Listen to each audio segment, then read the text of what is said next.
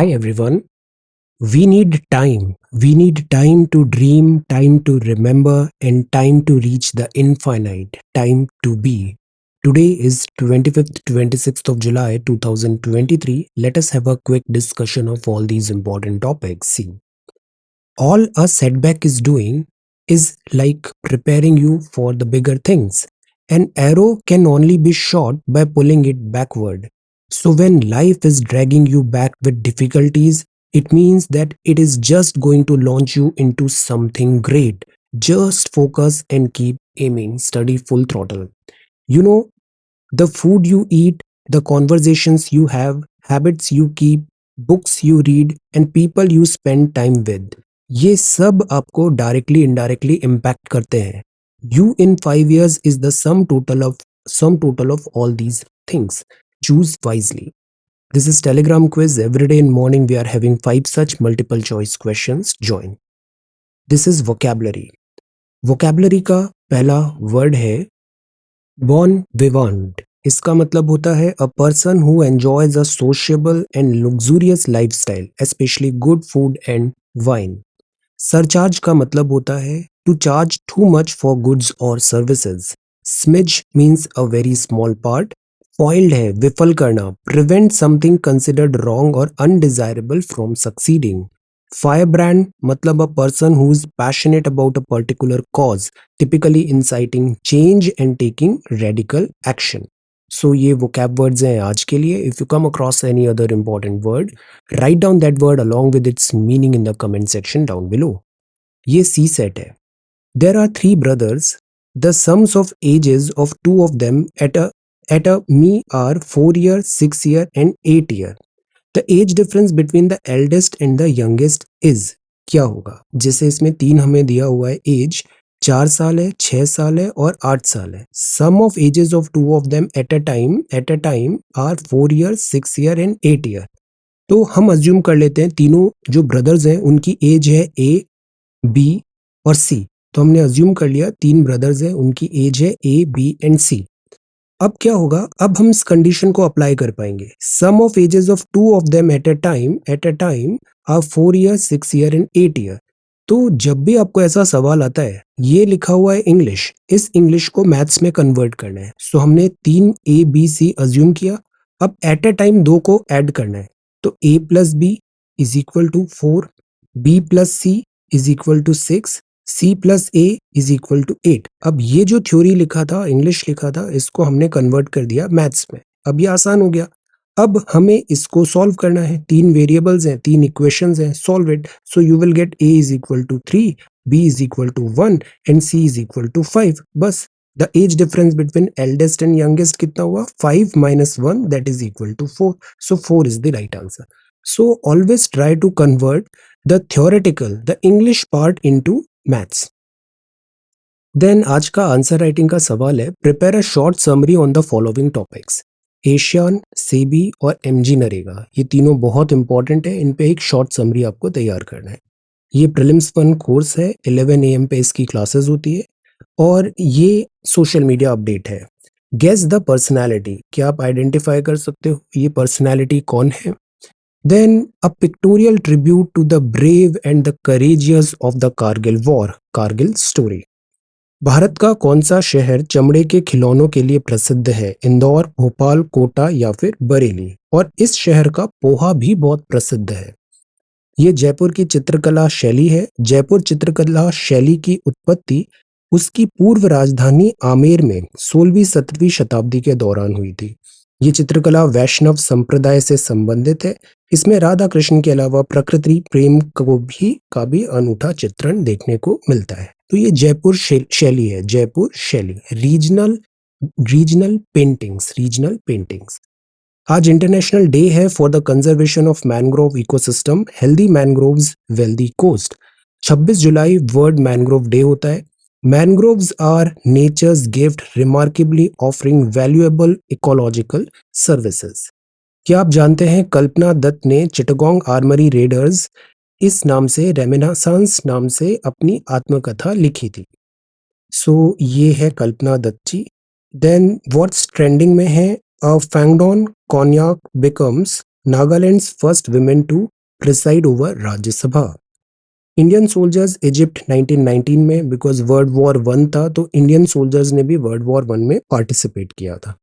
अब हम आज क्विकली 2 दिन के न्यूज़पेपर देखते हैं, 25th एंड 26th। फर्स्ट है 25th, एक्सेस रेन है, kharif sowing turns around to rise 1.2%। तो अभी कौन सा सीजन है? खारिफ। जब रेनफॉल होता है तो खारिफ की फसल आती है, फसल को बुआई होती है। फिर जब विंटर्स होता है तो फिर आती है राबी। इंडिया श्रीलंका में ties get a boost but Tamil issue is unanswered, vision is incomplete without a resolution. ये आधार है, proposed bill to make Aadhaar compulsory, registration of births and deaths. Government ने अप्रूव किया है 8.15% interest rate for PF deposits in 2022-23 employ provident fund organisation. तो employ provident fund organisation में जो पैसा होता है उसमें आपको एक सर्टेन प्रोविडेंट फंड में इंटरेस्ट मिलता है। तो इंटरेस्ट डिक्लेयर हुआ है 8.15%, ये अभी अनाउंसमेंट हुआ। So this is good. Interest earn होता है तो इंटरेस्ट अर्न से जब एम्प्लॉय रिटायर होता है तो उसके पास एक अच्छा खासा कॉर्पस भी कलेक्ट हो जाता है। आप बताओ, ये जो प्रोविडेंट फंड में जो पैसा होता है इसमें टैक्सेशन का क्या रूल है? क्या ये एग्जेम्प्ट कैटेगरी में आता है या नहीं आता है? आंसर, इजराइल का controversial judicial reform bill gets parliament nod. Supreme court ने कहा एएसआई साइंटिफिक सर्वे करे ज्ञानवापी मॉस्क में till tomorrow evening. Then this is Delhi. Delhi में आरओ वाटर एटीएम स्टार्ट हो रहे हैं। This is a good template. RO water ATM पीने की पानी की समस्या का काफी अच्छा सॉल्यूशन है। Yamuna river still flowing above danger mark may rise further. तो यमुना रिवर अभी फिर डेंजर मार्क के ऊपर है। High court seeks government response on plea over death of undertrials. Undertrials क्या होते हैं? ये वो लोग होते हैं जिनको अरेस्ट तो किया गया है, जेल में रखा गया है, बट अभी तक चार्ज सिद्ध नहीं हुआ है। This is again really nice, happiness curriculum. What does that mean? ये नर्सरी से क्लास 8 के स्टूडेंट्स को सिखाया जा रहा है, बिकॉज सबसे बड़ा जो अभी पैंडेमिक है कोविड के बाद वो है sadness. Students are not happy, aspirants are not happy, constant pressure, constant performance को बेटर करने का प्रेशर, कट थ्रोट कंपटीशन है, फेलियर ज्यादा होते हैं। तो इन सब चीजों में जो लर्निंग आउटकम है और जो स्कूल लाइफ प्रिपरेशन टाइम जो एंजॉयबल एक्सपीरियंस होना चाहिए वो कहीं बैक सीट में चला जाता है। So happiness curriculum is important. तो ये हैप्पीनेस सप्ताह चल रहा है। Through the daily 30-minute happiness class, children in Delhi government schools have not only learn the importance of relationships but also express their emotions. 99% students के साथ ये प्रॉब्लम होता है कि वो अपने इमोशंस, अपने फेलियर्स, अपने फियर्स, अपने एस्पायरेशंस इसको एक्सप्रेस नहीं कर पाते। कम्युनिकेशन स्किल्स पुअर होती है। So this is the problem, happiness curriculum. खुश रहना जरूरी है, खुश रहना भी एक स्वभाव है, अच्छा स्वभाव रखना चाहिए, खुश रहना चाहिए। सोशल सिक्योरिटी है गिग वर्कर्स राजस्थान में। Badrinath pilgrimage hit as part of road washed away. And then ISRO to launch PSLV C56 carrying Singapore new imaging satellite. तो ये अभी PSLV C56 सिंगापुर का DSR सैटेलाइट को अभी इंडिया लॉन्च करेगा। तो this is again a huge like industry. Satellite launching India की satellite launching reliable भी है और फ्रूगल भी है। तो हम फॉरेन कंट्रीज में चार्ज करते हैं उन्हें, कमर्शियलाइज भी है हम, और हम उनसे पैसे लेते हैं for this commercial operations, fee charge करते हैं एंड देन हम यहाँ पे सैटेलाइट लॉन्च करते हैं। तो DSAR एक सिंथेटिक अपर्चर रडार पेलोड है जो इजराइल एरोस्पेस इंडस्ट्री ने बनाया था। ये all weather day and night coverage देगा, केपेबल है of imaging at 1 metre resolution at full polarimetry. इसके अलावा ये जो सिंगापुर है, सिंगापुर का भी सैटेलाइट यहाँ पर लॉन्च हो रहा है। So this is good. ये है PSLV, polar satellite launch vehicle. Heavy rain claims too, this is very unfortunate. So disaster floods। अब जो नेक्स्ट है, unavoidable controversy over sample surveys. इसको ऑलरेडी हमने 2-3 बार बात कर ली है, अभी फिर से डेटा, इसका कल एडिटोरियल भी आएगा 26 में। जो डेटा सैंपल कलेक्शन का तरीका है इसमें एक ओवरहॉल की जरूरत है। किस डेटा पैरामीटर से NFHS डेटा आ रहा है या फिर PLFS periodic labour force survey का डेटा आ रहा है, तो अभी एक नया पैनल आया है जो इन सारे डेटा कलेक्शन स्टैटिस्टिक्स के तरीके की ओवरहॉल करने की डिमांड कर रहा है. Okay, room for improvement. Still incomplete. This is good editorial. India's ties with Sri Lanka are bound by the Tamil question. ये जो स्टेटमेंट है इस बार जो Ranil Wickremesinghe the president of the president of Sri Lanka Ranil Wickremesinghe ji का अभी इंडिया विजिट हुआ था. इसका जो जॉइंट प्रपोजल स्टेटमेंट है वो है promoting connectivity, catalysing prosperity, India Sri Lanka economic partnership vision. Promoting connectivity, catalysing prosperity, India Sri Lanka economic partnership vision. तो ये जॉइंट स्टेटमेंट का टाइटल है. तो 5 एरिया में बात हुआ. पहला, maritime, air, energy, trade and people to people initiatives. इन 5 चीजों पे बात हुआ. न्यू इन्वेस्टमेंट्स है मैरीटाइम एंड एयर कनेक्टिविटी में, डेवलपिंग पोर्ट्स में, एयरपोर्ट्स में, फेरी सर्विसेज स्टार्ट होगी, एक्सटेंडिंग फ्लाइट नेटवर्क होगा, तमिलनाडु और Sri Lanka north and eastern provinces के लोग जुड़ पाएंगे. बिकॉज बहुत सारे लोग जो इंडियन ओरिजिन के थे एज एन इंडेंजर्ड लेबर उन्हें श्रीलंका लेके गए थे, प्लांटेशन वर्कर्स बाय ब्रिटिश. और अब ये यहाँ पे कनेक्टिविटी एस्टैब्लिश होगा ताकि वो रूट्स प्रॉपर कनेक्टिविटी बैठ पाए. Renewable energy, wind and solar plants की भी बात है. ट्रेड, इंडियन सपोर्ट कंटिन्यू रहेगा. श्रीलंका की इकोनॉमी को जरूरत है. लास्ट ईयर श्रीलंकन इकोनॉमी काफी डिफिकल्ट फेज से निकली थी, अभी रीस्ट्रक्चरिंग हो रही है. मेमोरेंडम ऑफ अंडरस्टैंडिंग भी साइन होगा. यूपीआई डिजिटल पेमेंट्स श्रीलंका में एक्सेप्ट होगा. Indian rupee as currency for trade हम यूज करेंगे. डिफरेंट तरीके ढूंढेंगे जिससे टूरिज्म और cultural, religious, travel, educational collaboration को आगे बढ़ाया जा सके. तो ये जो डील है ये इंपॉर्टेंट है because Sri Lanka is an important neighbour for us. Life of respect and dignity is important for Tamil community. ये काफी सेंसिटिव मुद्दा हो जाता है इंडिया श्रीलंका में Tamil community. So Indian government is no longer welcome to bring its historical concerns over the Tamil issues into the bilateral negotiations. अब जो बातें हैं वो तमिल इश्यूज के अलावा भी जो डिफरेंट एस्पेक्ट्स हैं उनको भी हम फोकस कर रहे हैं. स्ट्रॉन्ग फैमिलियल बॉन्ड्स हैं इंडिया एंड श्रीलंका में. History has tripped up ties in the past and any vision for the future that does not include an amicable resolution of these issues will be considered incomplete. So this is editorial take. India and Sri Lanka के relations में huge scope है, huge potential है और ये दोनों countries के लिए काफी इंपॉर्टेंट है रिलेशंस को फ्लरिश करना. नेवर एंडिंग सागा है. Legal tussle awaits the perpetual dispute जो बना होता है दिल्ली में office of chief minister and office of lieutenant governor के बीच में. और ये जो पूरा रूट कॉज है वो है आर्टिकल 239AA में. तो 239AA में दिल्ली ऑल्दो दिल्ली में विधानसभा है बट दिल्ली में एक स्पेशल प्रोविजन दिया गया है आर्टिकल 239AA के अंदर which governs the affairs of the NCT of Delhi excluded only 3 subjects from the Delhi governments purview. पहला पुलिस, दूसरा पब्लिक ऑर्डर और तीसरा लैंड.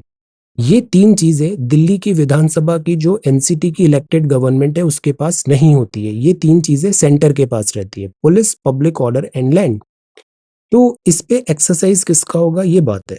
सर्विसेज अब इस 3 सब्जेक्ट में नहीं लिखा हुआ है. तो services was not one of the excluded subject. Services क्या होता है? दिल्ली में जो सरकारी एम्प्लॉयज हैं उनको कौन कंट्रोल करेगा, वो किसको रिपोर्ट करेंगे. तो services was not one of the excluded subjects. It upheld the Delhi's government's remit over appointments, postings and transfers. So officials का appointment, posting and transfers centre देखेगा या फिर दिल्ली की सरकार देखेगी. तो it ruled that any attempt to expand the center's ambit by excluding the subject of services would go against the constitutional scheme of Delhi's governance. और अगर ये सर्विसेज का जो 4th अगर हम बना दें एक्सक्लूजन, 3 एक्सक्लूजन तो पहले ही है, पब्लिक ऑर्डर, लैंड और पुलिस. अगर सर्विसेज भी हम एक्सक्लूजन कर दें कि ये एनसीटी दिल्ली गवर्नमेंट के पास नहीं रहेगी, ये केंद्र सरकार के पास रहेगी, तो क्या ये करेक्ट होगा लेटर एंड स्पिरिट में आर्टिकल 239AA? इस बात पे पूरा बहस चल रही है. एक अथॉरिटी है टू रेगुलेट सर्विसेज इफेक्टिवली. इसमें अमेंडमेंट की बात है आर्टिकल 239AA का. और एक चौथा सब्जेक्ट भी एक्सक्लूजन में डालने की बात है, police, land, law and order के बाद सर्विसेज. तो अभी इसमें काफी डिबेट एंड डिस्कशन है. We should wait and watch. हमें बस ये याद रखना है आर्टिकल 239AA इसमें ऑलरेडी पुलिस, पब्लिक ऑर्डर और लैंड आता था. अभी फोर्थ सब्जेक्ट इसमें क्या सर्विसेज को भी इंक्लूड कर दिया जाए, इस पे बात है। तो अगर इंक्लूड होगा तो दिल्ली की जो एनसीटी गवर्नमेंट है वो सर्विसेज मतलब ट्रांसफर, पोस्टिंग, अपॉइंटमेंट्स में भी सेंटर उसमें सही रहेगा, सेंटर का सही रहेगा।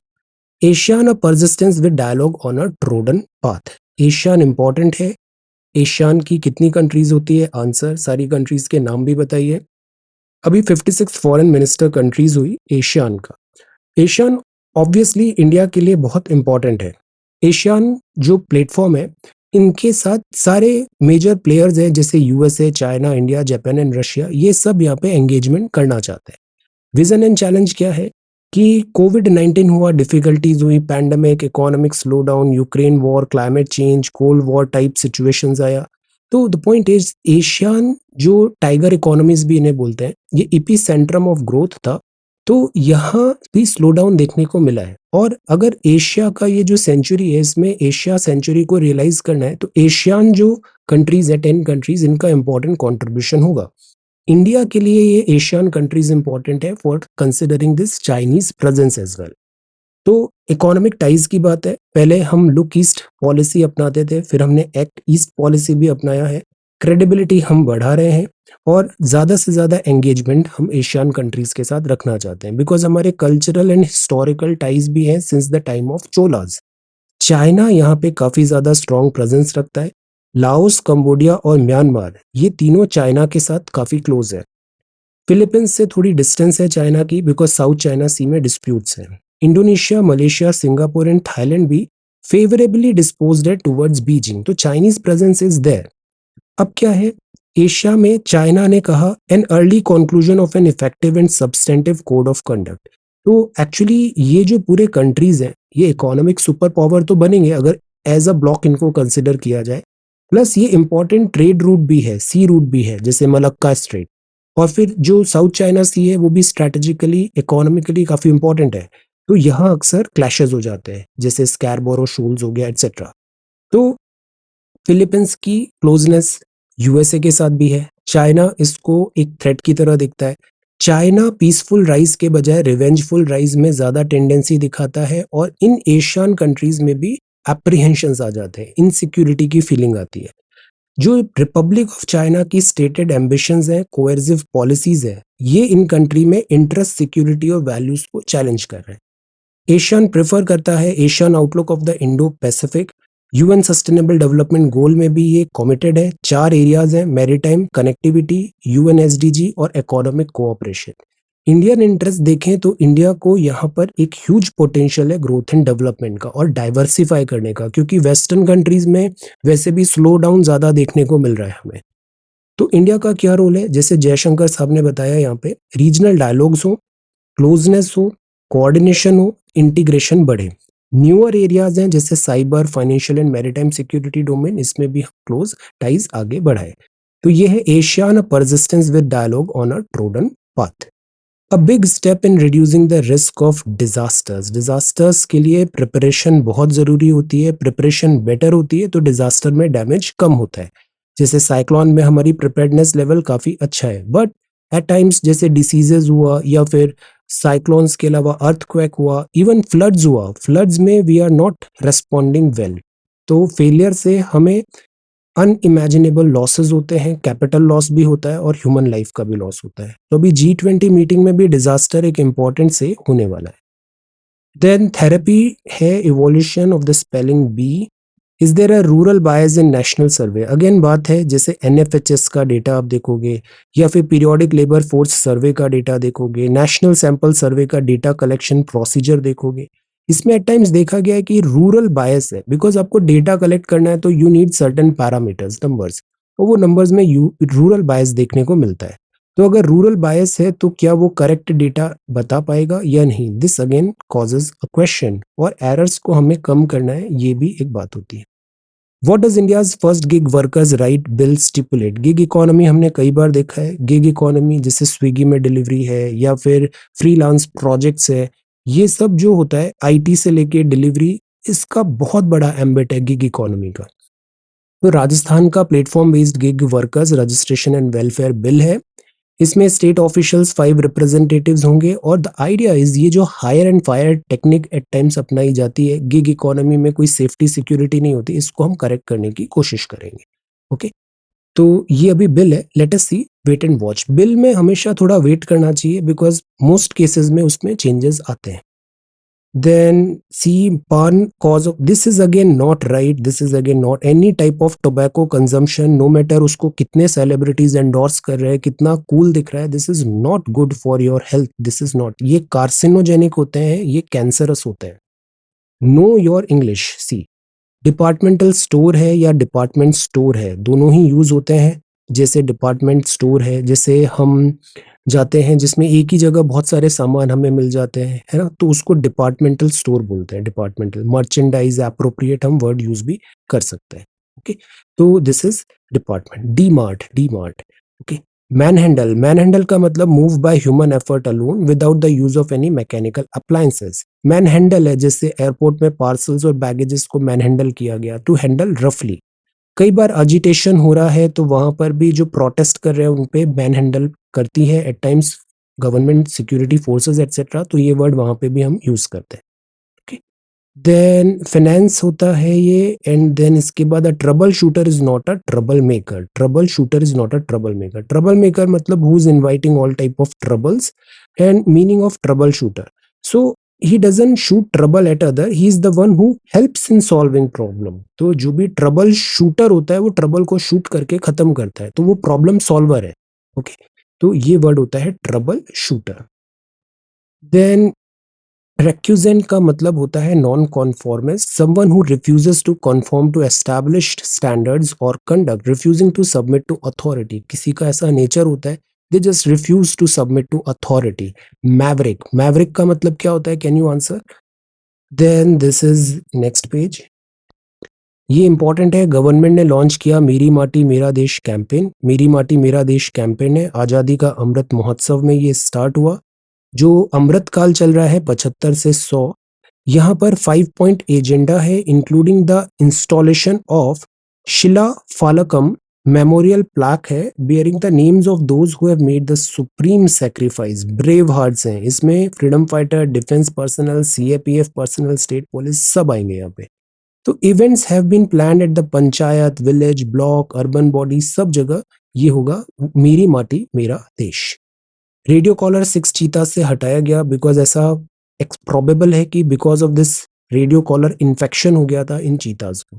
आईसीएमआर ने आर्ग्यू किया for controlled human infection studies, vaccination, treatments, medicine होता है, इसमें ट्रायल्स होते हैं। ट्रायल्स में कई बार बायो एथिक्स और एथिकल कंसर्न्स भी आ जाते हैं, बिकॉज ट्रायल्स में एट टाइम्स ये जो ट्रायल्स होते हैं ये रॉन्ग भी जा सकते हैं। No award without undertaking from candidate panel. House panel expresses concern over slow documentation of antiquities. अब ट्विटर ट्विटर नहीं रहा, बर्ड का लोगो चला गया है और बर्ड के लोगो के बजाय अब आएगा एक्स, तो ये होगा एक super app. Cambodian air and this is Moscow and Crimea. Economy facing new difficulties says China. And then यहाँ पे सेक्शन 13A का इतना एम्फेसिस नहीं है। SEBI eyes instant settlement for market traders, तो सेबी चेयरपर्सन है Madhabi Puri Buch. Euro zone slump renews fears of recession. Kharif का turn around 1.2% rise हुआ। फ्रेंडली टैक्स रिजीम एनसीएलटी है, and this is power unit, Canara, TVS etcetera. So this is the Hindu newspaper 25 का। यहाँ पे बात है सेमीकंडक्टर, इसमें बहुत टेक्निकल नोट्स एटसेट्रा दिए हुए, नॉट रिक्वायर्ड। जो हमें एग्जाम मेंस में पूछा जाएगा वो ये पूछा जाएगा, सेमीकंडक्टर्स क्यों इंपॉर्टेंट है। सेमीकंडक्टर्स का अगर हम बेसिक्स बता दें कि किस तरीके से उसमें लाइक मेटेलिक नॉन मेटेलिक दोनों होता है, पीएन जंक्शन होता है, बेसिक बेसिक चीजें, तो ये यूज होता है फॉर चिप मेकिंग एटसेट्रा।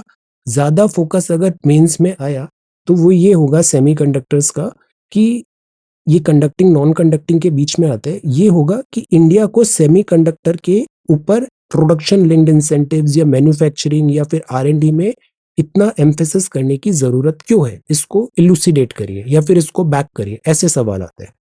तो इसकी जरूरत इसलिए है बिकॉज इलेक्ट्रॉनिक्स हर जगह एप्लीकेबल है, चाहे वो कंप्यूटर हो या फिर वर्क हो, इवन कार्स में, एवरीवेयर। अगर ये इलेक्ट्रॉनिक्स का बहुत ज्यादा कॉन्सेंट्रेशन हो रहा है, डिपेंडेंसी हो रहा है उनसे, चाइना एंड ताइवान, तो सप्लाई साइड बॉटलनेक्स देखे थे कोविड-19 टाइम्स में, ऐसे करके हमें इसे फ्रेम करना है। Then this is Wednesday, July 26th, arrived at consensus on ties in Bali. China ने कहा, first time either side has suggested that the Bali meeting had included any substantial conversation. China के साथ difficulties हमारी traditionally रही है 1962 से, जब China ने एग्रेशन दिखाया था।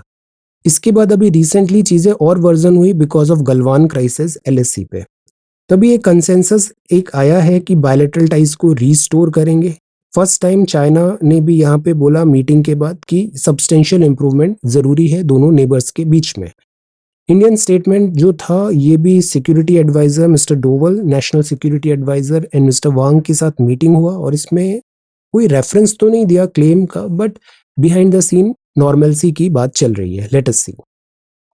देन चाइना एक्सेस दिस ये foreign minister, then final orbit. तो देखो ये जो चंद्रयान है 3, ये ऐसे करके मूव हो रहा है, इलिप्टिकल ऑर्बिट, फिर ये अर्थ बाउंड मैनूवर हो रहा है, ये अर्थ का ऑर्बिट छोड़ के फिर मून की तरफ मूव करेगा after some time, moon bound manoeuvre start होंगे, और फिर चंद्रयान 3 मून पे सॉफ्ट लैंडिंग करने की कोशिश करेगा। Then drawn from gig workers struggle hewn in Rajasthan, let us wait, अभी एक बिल है बस। Welcome happening, robust institutional mechanism जरूरी है in place for human challenges studies. तो 25 में जो हमने आर्टिकल देखा बायोएथिक्स से, ये उसका एडिटोरियल है। तो न्यूज़पेपर ऐसे ही होता है, जब हम रोज न्यूज़पेपर देखते हैं ना बिना मिस किए, तो कोई भी चीज मिस आउट नहीं होती है, आपके सारे गैप्स फिल हो जाएंगे। बायोएथिक्स यूनिट है आईसीएमआर का, कॉन्सेंसस पॉलिसी स्टेटमेंट है कंट्रोल्ड ह्यूमन इन्फेक्शन स्टडीज का, कंट्रोल्ड ह्यूमन इन्फेक्शन स्टडीज का। तो इसमें ह्यूमन चैलेंज स्टडीज की बात है, और कई बार क्या होता है माइक्रोब्स होते हैं उसका हम ह्यूमन ट्रायल करते हैं, मेडिसिन आती है, इसमें जो ट्रायल पेशेंट्स हैं उनकी सेफ्टी सिक्योरिटी भी काफी इंपॉर्टेंट होती है। सेवरल एथिकल चैलेंजेस आते हैं ह्यूमन चैलेंज स्टडीज में। रोबस्ट सिस्टम होना चाहिए, जैसे एक सरोगेसी था उसका भी एट टाइम्स एक्सप्लॉयटेशन ज्यादा हो रहा था, तो गवर्नमेंट ने वहां पे नए रूल्स बनाए, एथिकल वायलेशन नहीं होना चाहिए। कई बार एक्सप्लॉयटेशन होता है, जो पुअर होते हैं उनको थोड़े पैसे देके क्लिनिकल ट्रायल में इंक्लूड कर लिया जाता है, उनको पूरे सारी चीज़ों की समझ भी नहीं होती है। सो इन सब चीज़ों में ट्रांसपेरेंसी होना ज़रूरी है, लॉ रॉबस्ट होना ज़रूरी है। ये इजराइल है, ये वीकन हो जाएगा ऐसा बताया है, let us see. Then this is important, take make dispose model. तो resource efficiency and circular economy powerful strategies है जिससे हम नेचुरल रिसोर्सेज पे डिपेंडेंस कम कर पाएंगे। क्या वर्ड याद रखने, resource efficiency and circular economy. You have to be efficient, you have to be economical, circulation होना चाहिए, वेस्टेज नहीं होना चाहिए। तो वेस्ट को कम करें, एनकरेज करें सस्टेनेबल डिजाइन प्रैक्टिसेस को, वेस्टेज कम होना चाहिए, ये एसडीजीज के अंदर भी रहेगा। तो need to switch from take make dispose से रिड्यूस रीयूज रिसाइकल करना है, RRR। Resource efficiency and circular economy G20 का एक 3 जो कोर थीम्स है उसमें से एक है। एक्सटेंडेड प्रोड्यूसर रेस्पॉन्सिबिलिटी, सारे कीवर्ड्स इंपॉर्टेंट है। सर्कुलर बायो इकोनॉमी होना चाहिए, industry led resource efficiency, circular economy, so that wastage कम हो और नेचुरल रिसोर्सेज पे लोड कम पड़े। अब सर्कुलेशन अगर हम देखें, जैसे स्टील भी होता है, स्टील बनाते हैं, स्टील बनाने में बहुत ग्रीन हाउस गैसेज होती है, कार्बन फुटप्रिंट्स होते हैं। तो ऐसा नहीं है कि हमने स्टील बनाना कम करना है, बट उसको रिसाइकल भी करना है, आयरन स्टील जो है, because these are all limited in number. तो G20 में knowledge sharing, technology co-development and technology transfer की बात है। सर्कुलर इकोनॉमी, स्टील सेक्टर एक इंपॉर्टेंट एरिया है। एक्सटेंडेड प्रोड्यूसर रेस्पॉन्सिबिलिटी जरूरत होगा। Biofuels are again important, biofuels, क्योंकि बायोफ्यूल से जो फॉसिल फ्यूल है उस पर डिपेंडेंसी हमारी कम होगी। प्लास्टिक जो है उसको भी हम रिड्यूस करें, रीयूज करें, रिसाइकल करें। इलेक्ट्रिक व्हीकल्स हैं तो उनकी बैटरी वेस्ट मैनेजमेंट पे भी हम काम करें। तो ये जो चीजें हैं, जैसे बायो वेस्ट होता है, इससे हम अगेन बायोफ्यूल बना सकते हैं, या फिर हम बायो एथेनॉल में उन्हें यूज करें, या फिर बायोगैस में। सो द पॉइंट इज हमें रिड्यूस रीयूज रिसाइकल करना है। अगर हम ज्यादा मटेरियलिज्म रखते हैं, एक्सप्लॉयटेशन करते हैं, तो बायोडाइवर्सिटी का लॉस है, ग्लोबल वार्मिंग है, क्रॉप्स डिग्रेडेशन हो रहा है, रॉ मटेरियल्स नहीं है। तो circular bio economy is required. प्रधानमंत्री G1 योजना इसमें काफी इंपॉर्टेंट है, ये है बायोथनॉल के लिए G1। हमने ये भी बोला है बायोमास पैलेट्स हम बनाएंगे थर्मल पावर प्लांट्स में, वो यूज करेंगे इंस्टेड ऑफ कोल। इसके अलावा फ्यूल में यूज कर रहे हैं हम भारत स्टेज फेज 2 अभी आ रहा है, BS6 फेज 2। गैल्वेनाइज कर रहे हैं ऑर्गेनिक बायो एग्रो रिसोर्सेज को, गोबर धन स्कीम, ये सब इंपॉर्टेंट कीवर्ड्स हैं। 500 फंक्शनल बायोगैस होगा, sustainable alternate towards affordable transformation transportation सतत स्कीम भी होगा, कंप्रेस्ड बायोगैस भी यहाँ पे आएगी। तो ये सब चीजें रिक्वायर्ड है। इंडस्ट्री कोलैबोरेशन जरूरी होगा इसमें, R&D भी करना है और मार्केट की रिक्वायरमेंट्स को भी समझना है। प्रोएक्टिव वर्क है, डी रिस्क फाइनेंस और proactive private sector is required. India की G20 प्रेसिडेंसी इस पे फोकस्ड है सस्टेनेबल एंड रिजिलियंट फ्यूचर के लिए। ओके, अब जो ये है child law and consensual sex, इस पे अभी सुप्रीम कोर्ट का डिसीजन आने वाला है। Then this is next one, Himachal floods a man made disaster. See, अगर एक सिंगल पॉइंट रीजन बताना है तो वो ये है कि ओवर्ट एक्सप्लॉयटेशन हो रहा है। हिमालय वैसे ही बहुत सेंसिटिव इकोलॉजी है, सेंसिटिव इकोलॉजी है। क्लाइमेट चेंज क्या अकलौता रीजन है? क्लाइमेट चेंज है, बट ये एंथ्रोपोजेनिक क्लाइमेट चेंज है। इससे पहले भी हिमालयन स्टेट्स में काफी बार ऐसी स्टडीज हुई है और इनको फ्रेजाइल डिक्लेयर किया है। यहाँ पे एग्रीकल्चर चेंज हो रहा है, लोगों का रहने का तरीके चेंज हो रहे हैं, सेटलमेंट चेंज हो रहा है, नए टाउन्स बन रहे हैं, टाउन्स ओवर क्राउडेड हो रहे हैं, वेजिटेबल एवरीथिंग चेंज हो रहा है। लिबरलाइजेशन हुआ तो कमर्शियलाइजेशन भी हो रहा है। तो माउंटेन स्टेट्स के जो रिसोर्सेज है उनका एक्सप्लॉयटेशन है, हाइड्रो पावर है, डैमेज रिवर है, इकोसिस्टम डैमेज है, जियोलॉजिकल इंजीनियरिंग, सब जगह यहाँ पे डिफिकल्टीज देखने को मिल रही है। सीमेंट प्लांट्स में प्लास्टर यूज हो रहा है, पैटर्स है, ऑल्टर कर रहा है expansion of cement plants etcetera. So we are exploiting the nature. Nature is already fragile. So that is why nature फिर यहाँ पर हमें पनिश करती है। Run of the river dams भी हैं यहाँ पे, run of the river dams भी हैं। एट टाइम्स जो run of the river dams होते हैं वो सेफ माने जाते हैं, but they are also like difficulty वो क्रिएट करते हैं, डिफिकल्टी वो क्रिएट करते हैं। यस। सेकेंड, ये जो हिमालयन स्टेट है ये टूरिज्म बेस्ड इकोनॉमी है। टूरिज्म भी it is important, but tourism की भी एक कॉस्ट पे करनी पड़ती है जहां पर टूरिज्म हो रहा है।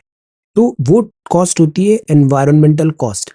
अगर हम ज्यादा कैप भी लगाएंगे तो इकोनॉमिक लॉसेस होगा। तो दैट इज वाई कई बार जो टूरिज्म टूरिस्ट की जो कैप होती है, जैसे समर सीजन में आप किसी भी हिल स्टेशन में जाओ नॉर्थ में, ओवर क्राउडेड होते हैं, बहुत पॉपुलेशन ओवर क्राउडेड, वहां पे फुटफॉल होता है। तो ऑब्वियसली इतने फुटफॉल के लिए वो प्रिपेयर्ड नहीं है और टाइप ऑफ डिफिकल्टीज आएगी। रोड्स को हम ब्रॉडन कर रहे हैं, अदरवाइज वहां पे ट्रैफिक जैम होने लग गए। तो रोड्स ब्रॉडन कर रहे हैं तो फिर again we are playing with the strength of this entire Himalayan system. So इन सब से जो लैंडस्लाइड्स हैं वो ज्यादा हो रहे हैं, और बिकॉज एग्रीकल्चर चेंज हो रहा है, ट्रेडिंग चेंज हो रहा है, इनका जो प्लांटेशन है, प्लांटेशन एग्रीकल्चर भी है। So the point is in सब चीजों से एक कॉस्ट पे करना पड़ रहा है in the form of disaster, जैसे कि फ्लड्स हुआ, लैंडस्लाइड्स हुआ, etcetera. So now is also the time कि हम अब समझें, इट इज हाई टाइम और हम सस्टेनेबल वे फॉरवर्ड करें, नियो डिटर्मिनिज्म से आगे बढ़े। Full reserve banking way banks act solely as custodians of customers money. ये तीन वर्ड्स हैं, होमोफोन्स, होमोनिम्स और होमोग्राफ। सिमिलर साउंडिंग है, जैसे ये ब्राउन की तरह प्रोनाउंस होता है राव, तो ब्राउन की तरह, ब्राउन लाइक दिस राव, तो इसका मतलब एक काइंड ऑफ लाइक वहां पे फाइट हो गया है, तो इसको ये बोलते हैं। बाकी अगर ROW है तो वो रो हाउस है, रो हाउस है, उसका मीनिंग अलग हो जाता है। डिफरेंट वर्ड्स होते हैं जिनकी सेम स्पेलिंग होती है, उनको होमोग्राफ्स बोलते हैं। Different words with the same spelling are called homographs. Homographs don't have different pronunciation, but किसी केसेस में वो हो भी सकता है, जैसे ये अपने रो का वर्ड देखा। अब एक होते हैं होमोफोन्स। फोन्स मतलब फोनेटिक आ गया है, मतलब they sound similar, peak peak peak, they are all pronounced same but they are different, they are having different spelling and different meaning. तो ये होमोनिम होता है, मतलब वर्ड जो है वो इधर होमोग्राफ भी हो सकता है, होमोफोन भी हो सकता है। तो होमोग्राफ और होमोफोन का सुपर सेट हो गया homonym, it could be this और दैट। ओके, होमोज मतलब होता है सिमिलर, निम मतलब ये वर्ड आया है नेम, सिमिलर नेम। ग्राफ मतलब होता है राइट, और फोन मतलब फोनेटिक मतलब साउंड। ओके, तो ये सारे यहाँ पे वर्ड्स हो गए। ऑलराइट, मोस्ट जो वर्ड्स होते हैं ना, इनके रूट वर्ड्स होते हैं, ये ग्रीक या फिर लेटिन वर्ड्स यहाँ से आते हैं यहाँ पे। Okay, then this is refugee crisis Myanmar, concern over Bengaluru central. एक बायोलॉजिकल डाइवर्सिटी बिल अभी पास हुआ है amid din, let us wait and watch again. ये है बायोलॉजिकल डाइवर्सिटी अमेंडमेंट बिल 2021। इसमें क्या है, इसमें ये है एग्जेम्पशन मिलेगा रजिस्टर्ड आयुष मेडिकल प्रैक्टिशनर्स को from intimating biodiversity boards before accessing biological resources. तो आयुर्वेदा, यूनानी, ये जो आयुष प्रैक्टिशनर्स होते हैं, इनको एग्जेम्पशंस है इनके रिसोर्सेज को बायोलॉजिकल डाइवर्सिटी बोर्ड को बताने पे। ट्रेडिशनल नॉलेज, जैसे ये ट्राइबल्स हैं, ये यहाँ लीव्स हार्वेस्ट कर रहे हैं आरोग्य पाचा in the forest of Kerala. So it also aims at easing compliance burden, boosting investment, simplifying patent application process। किनका? आयुष का, आयुष इकोनॉमी को आगे बढ़ा रहे हैं। एनवायरमेंटलिस्ट ने कहा इससे बायो पायरेसी भी हो सकती है, इधर क्लैरिटी होना जरूरी है। इट इज नॉट लाइक कि हम बेनिफिट नहीं पहुंचाना चाहते या आयुष को आगे नहीं बढ़ाना चाहते, but there should be certain laws. Then this is MG NREGA का, इतने नेम्स आउट है।